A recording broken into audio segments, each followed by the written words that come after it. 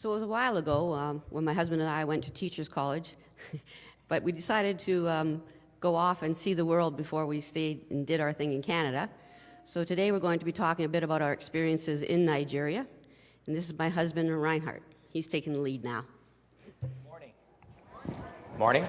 There we go.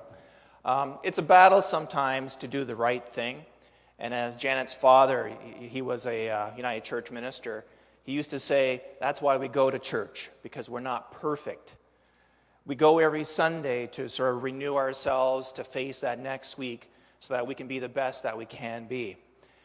Now, one of the best places to challenge yourself to do the right thing has to be Nigeria. And as Janet said, we spent 2 years teaching there, and we have some slides. Now, those of you who have internet, you might have received this email from Nigeria. If you could help him distribute $15 million in charity, he will pay you 10%. Just give him your information, your credit card number, and it's all good. Now, the funny thing is, it's not funny, but I actually received an email like this just 2 days ago, virtually the same email, just like that. And that comes from Nigeria. Also in Nigeria, now, these are things that we've probably heard about Nigeria. Like most of us know it's in Africa somewhere, and that's about it. But these are things that are seen in the news or that we experience about Nigeria. And recently, towards the end of last year, there has been news about this group called Boko Haram. And they have been attacking anything dealing with Western culture, and that includes Christianity. So they've been bombing churches and killing people and so on. Now, I don't want to give you the false impression about Nigeria. I really can't explain a whole country in 20 minutes. So I don't want to do any injustice to the country. There are good things about it. But for the purposes of today's message, these are things that we're going to look at. Again, like I said, I think most of us know that Nigeria is in Africa. It's in West Africa. Oops. No, I was trying to show the equator, but that's okay. You can just see it's just, there we go.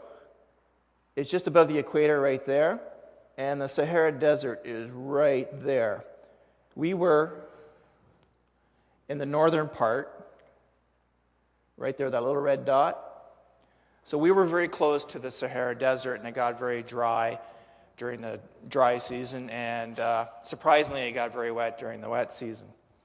Other things I'd like to mention about Nigeria. Oops. It's going backwards. There we go. I'll let you read that for yourselves. That's about the same land area as Ontario. I think our population is like 7 million. They have over 150 million people there.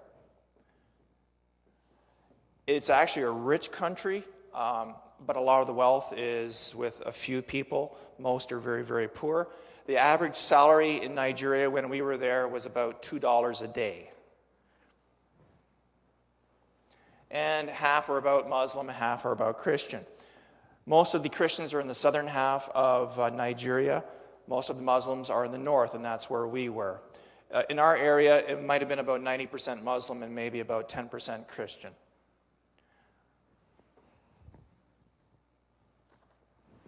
See the resemblance? Okay.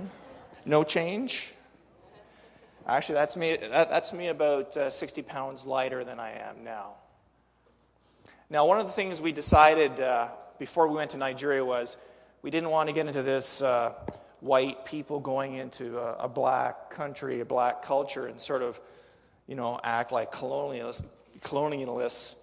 And so we had said to ourselves, well, we're not going to do this. We're going to try and adapt to the culture. We're trying to, wear their outfits, learn some of the language. And we said, we're not going to have a houseboy. That's our houseboy. Now, what happened was, even though we had said to ourselves, it doesn't seem right to have a houseboy, have somebody working for us. It just didn't feel right. But then a few weeks after we had been there, we had heard through our Nigerian neighbors that they were complaining about us. We went, what? They said, well, why aren't you hiring a young fellow from the neighborhood so his family can make extra money? I went, oh, okay. So it wasn't so much about us. We decided that in order to help our Nigerian neighbors, we hired this young fellow. His name is Muhammad. And he did small chores for us, like wash our clothes, carry our Coca-Cola, things like that. So that was one of the things we had to adapt to. You want to turn your mic on? Oh. Sure. It's not. Oh, well. Jan was going to say something, but okay. I can talk now? Oh. Okay. I was just going to mention that we had some interesting stories with our houseboy. We didn't have a car to begin with, but eventually we did. And the car is kept in the garage, and it got extremely hot in there. But he generously volunteered to wash the car. So we threw a bucket of cold water on the hot car, and the whole screen of the windshield crackled into a million bits. We had to push it out and drive 4 hours to a city in order to pick up another windshield. I won't tell them the clothes story. Well, we have hundreds of stories. Like, we could talk for hours. I don't think you want to stay that long. But just on this slide, talking about Muhammad, one of the things was when we were there, our neighbors also said, "Why don't you have children?" And we said, "Well, yes, we're married, but we can't afford to have children." And they just laughed and said, "What do you mean afford? Children make money for you. They go out and work, they do chores, they make money for you." Well, I can definitely say the Nigerians have been wrong about that. I have 2 daughters, and I haven't seen any money back yet. So I'm still waiting. So that hasn't been true. And here's 2 local girls. They're selling bananas and oranges. These are lizards on the side of our house. If you're not interested or you don't like lizards, scorpions, snakes, all kinds of insects, all sorts of things, this is not the kind of place you want to visit.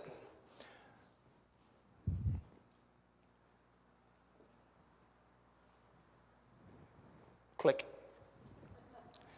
This is our house in Nigeria. It looks very nice from the outside. Inside, it's not so nice. It's not quite well made. But the thing I wanted to point out was how large it is. It's a very large, large house, just for 2 people. But the thing is, in Nigeria, you're allowed to have more, at least in this part, you're allowed to have more than 1 wife. Actually, you're allowed to have as many wives as you can afford. So I said to Janet, I said, "Look, you could stay home, and I'll send the other wives out to work. It'd be like an early retirement." But she said, "Yes, it might be legal, but it's not right."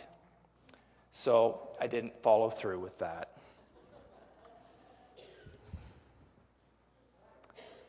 However, now this is our vice principal. He actually had 2 wives, and right there on the screen, he has about 7 children that you can see. The one lady there beside the principal on the vice principal on the right, that's Janet's mom. They came to visit us after the first year, and I'll tell more about that later. Now, the interesting story with the vice principal was we had a social get-together for our teaching staff at our place, and we invited the teachers and their significant others to come to this gathering. So when the vice principal came, I was a little bit surprised because I didn't see either of his wives. He had brought another woman, and it was his girlfriend. So, again, it was a cultural thing. I had to get around my head that to get a 3rd wife, you have to date someone else. So this is who the lady was that came to this party. He had left his other wives at home.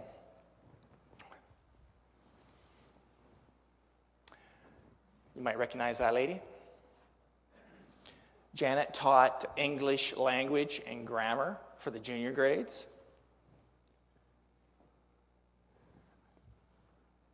That's me in front of my first classroom. I taught English literature. I had to teach such things as Julius Caesar, like Shakespeare, Macbeth. And for most of these kids, English was not the first language. So it was very difficult They were good kids, but it was an extreme, difficult teaching situation. This is inside the classroom.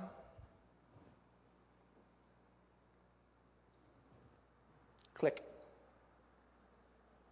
Some of our students. I believe the boy on the very left, his name was Innocent Okeke. Innocent Okeke, nice name. I always liked that name, I don't know why. Some of the girls. Click.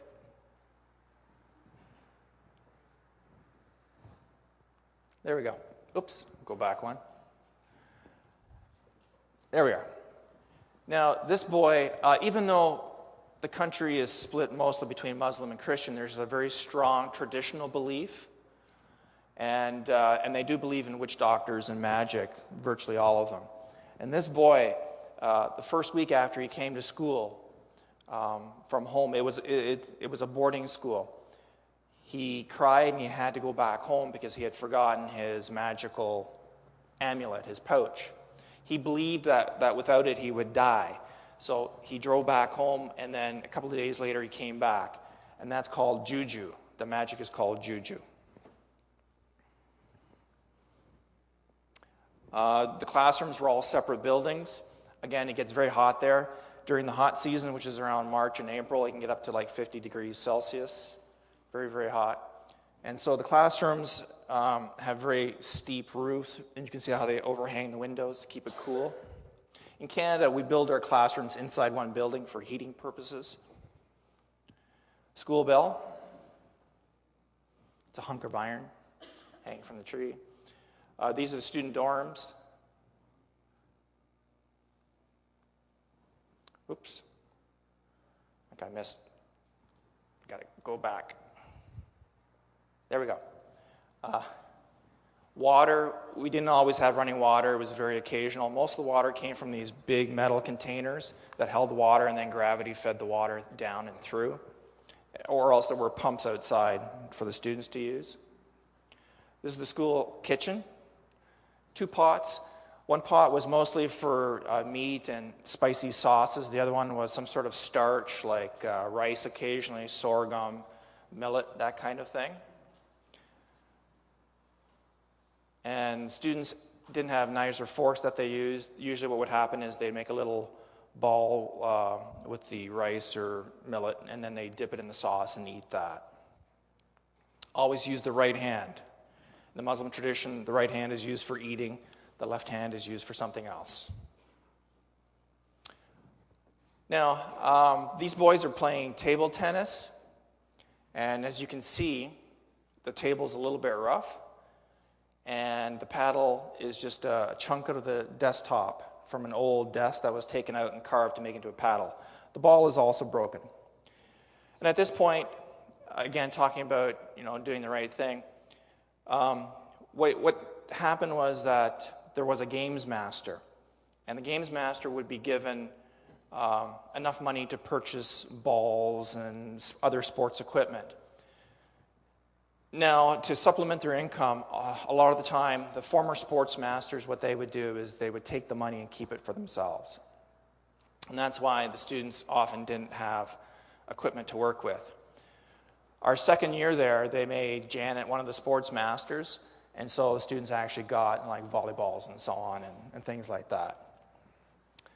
The thing, though, is even though we consider it's wrong, you have to remember that in Nigeria, they're actually very religious, and they do believe in things such as thou shalt not steal. In the Quran, it says, if someone steals, you cut off both their hands. And that's what they actually did in the markets. If someone took something, they would cut off their hands. So they were very strict that way. Also, they were very honest. For example, I dropped 10 Naira, which is equivalent to $10 on the ground. I hadn't noticed it. And the lady, this very poor lady behind me, picked it up and said, excuse me, sir, you dropped this. So she was very honest that way. But their thinking is a little bit different. If you give them something, for example, that email scam, if you give them the money, there's nothing wrong with it. The fault is not with them, it's with you. You're the one that gave them the money, so it's not stealing.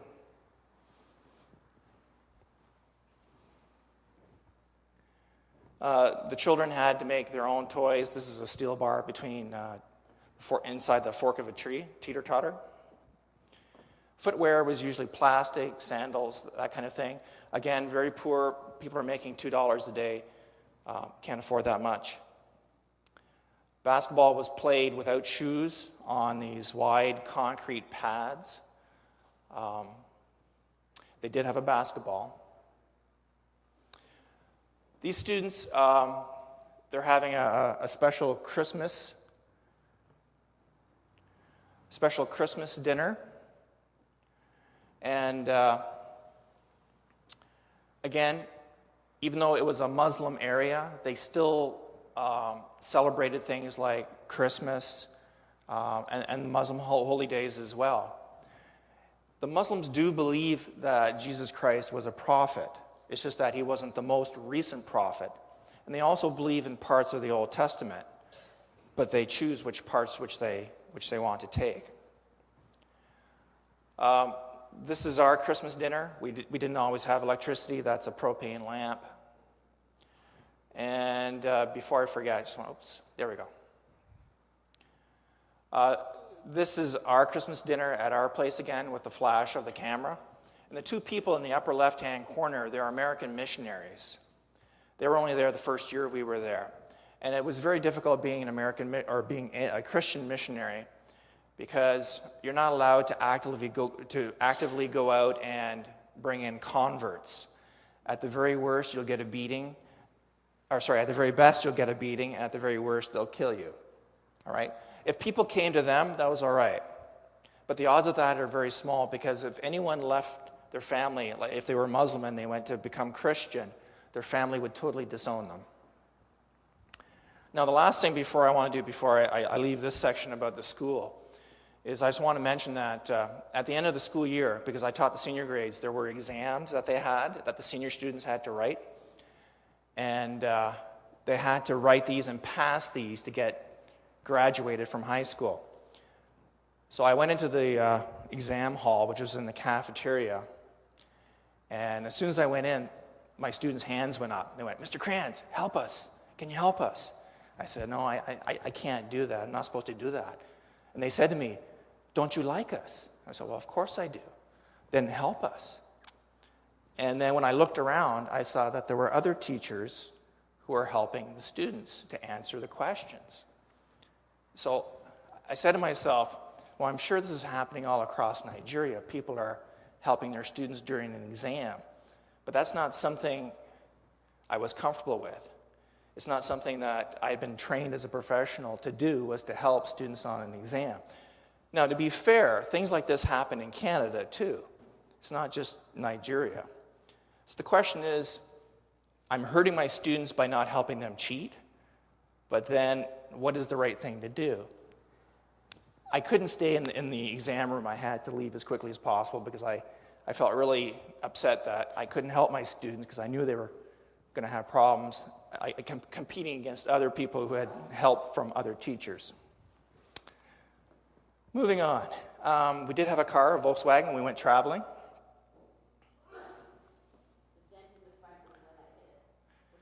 It was a stork. During the rainy season, what happens, if you could just tell the story.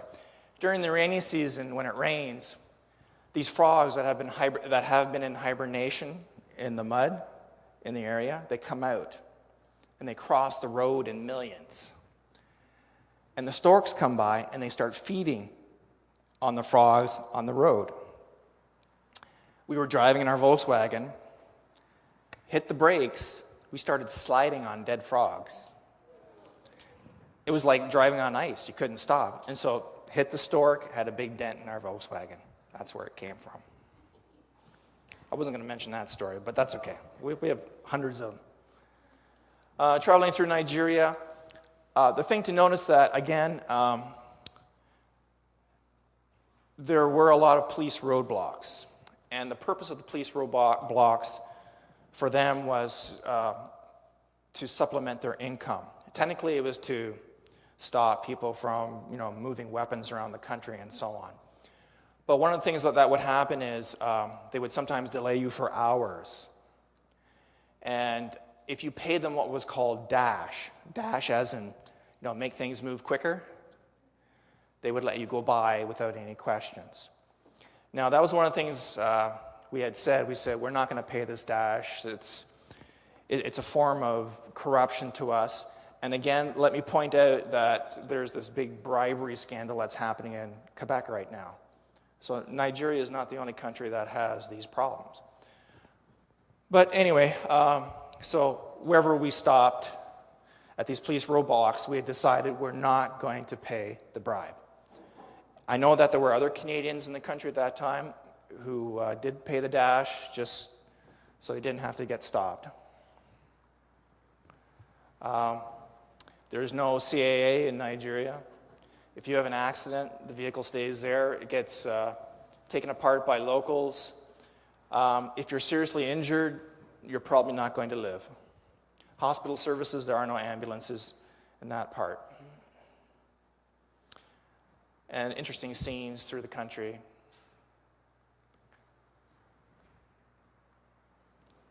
Click. Oh, there we go. Oh, one back. One of the things we went to as we were traveling across the country, we went to a church for a Nigerian wedding. We were invited. You can't see it here. That's Janet there on the very left there. The benches are concrete slabs. There's no back to them. And you can actually, oops. That's not quite right. Should be a picture of a lady on. There we go. Okay, it's a little dark, but you can actually see the concrete slab in front. That's what they sat on. So that was their bench. You folks think you've got it tough with those hard wooden benches. They don't have any back. It's concrete. Okay. Well, we are continuing our traveling. Nigeria, there's always bargaining. There's no such thing as a set price. You always bargain for whatever you have. If you pay too much, well, that's your own problem. Oops. I'll just go through this quickly. Selling meat at the market. The meat is very close to the ground. To keep it sterilized, they used to wash it with clothes detergent, and they believed that would sterilize it. And you wanted to get there early in the morning before there were too many flies around it.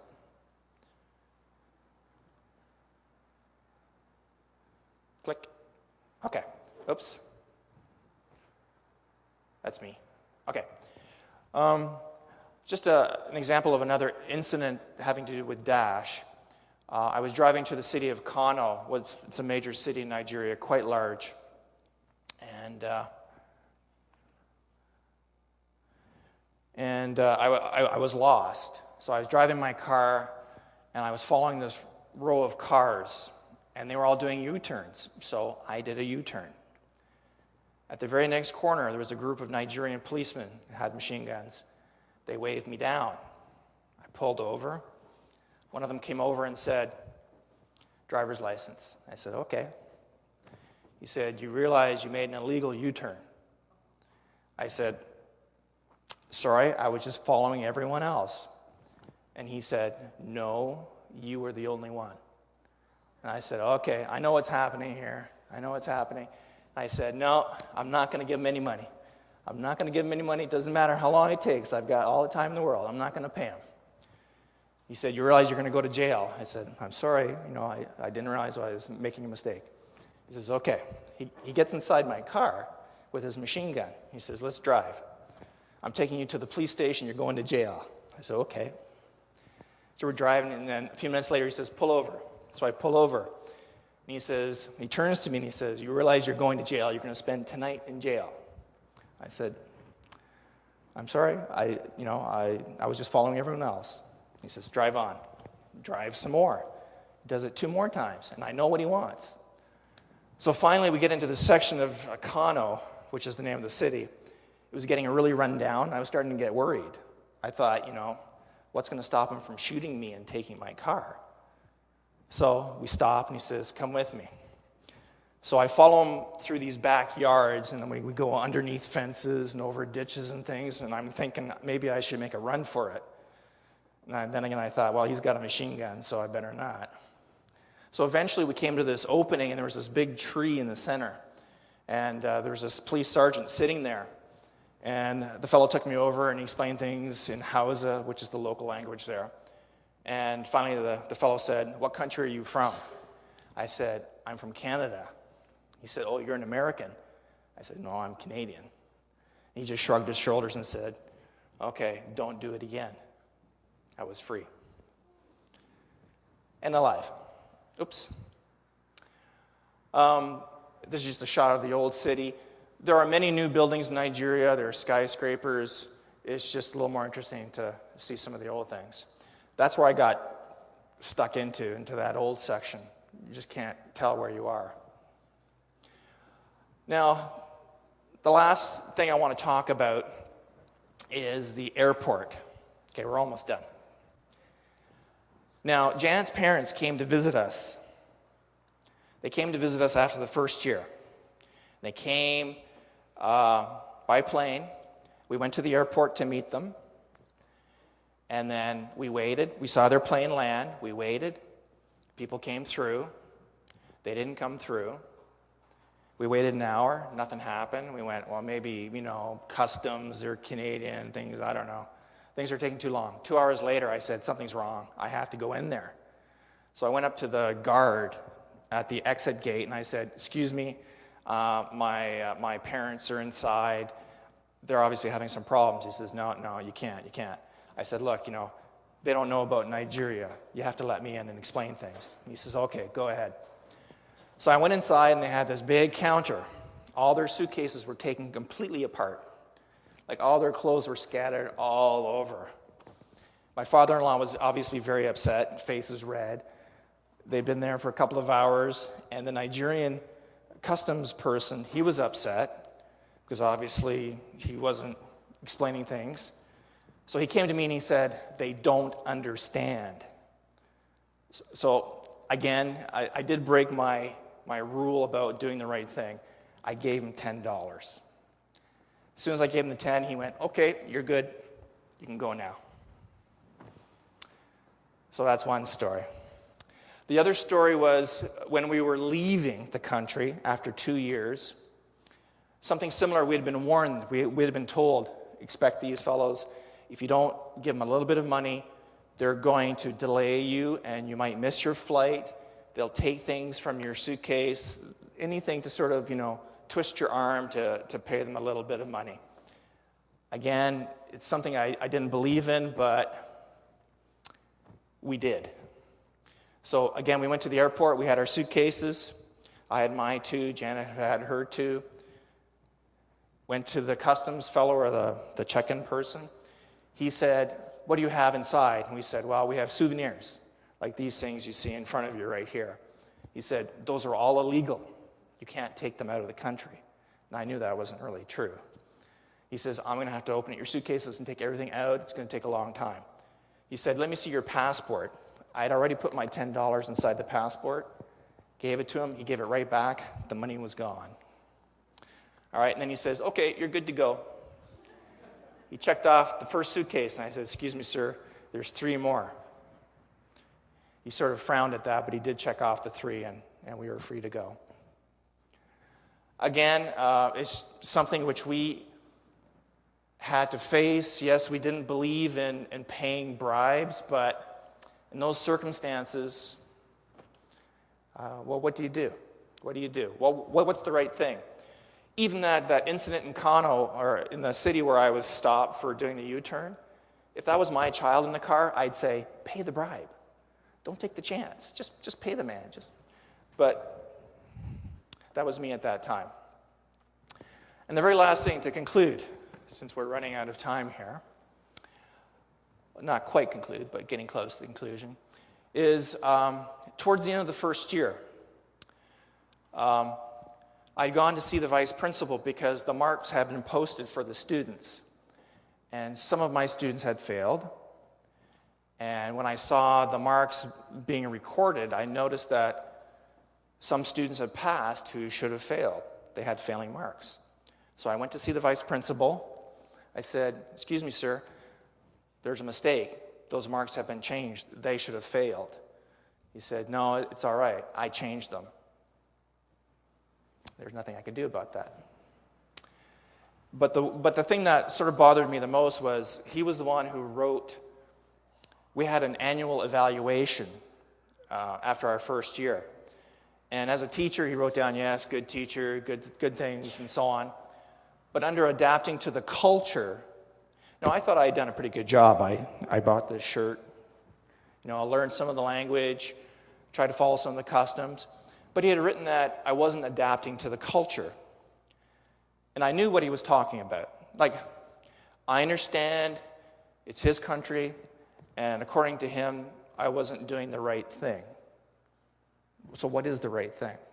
I wasn't doing the right thing. But for me, the way I was brought up, my religion, my beliefs, everything that sort of makes me who I am said, no, I can't do some of the things they've asked me to do. So in the end, you have to do the thing that's right for you. Okay, what is right? What is right? And as my father-in-law said, that's why we go to church every week, or we should go to church every week, to get reminded what is the right thing to do. All right, now to conclude, I just like to read a few verses from Scripture that relate to what we've been talking about, or I've been talking about. They're from James 1, verses 12 to 14. Blessed is the man who remains steadfast under trial, for when he has stood the test, he will receive the crown of life, which God has promised to those who love him. Let no one say when he is tempted, I am being tempted by God, for God cannot be tempted with evil, and he himself tempts no one. But each person is tempted when he is lured and enticed by his own desire. So on that note, thank you very much for listening.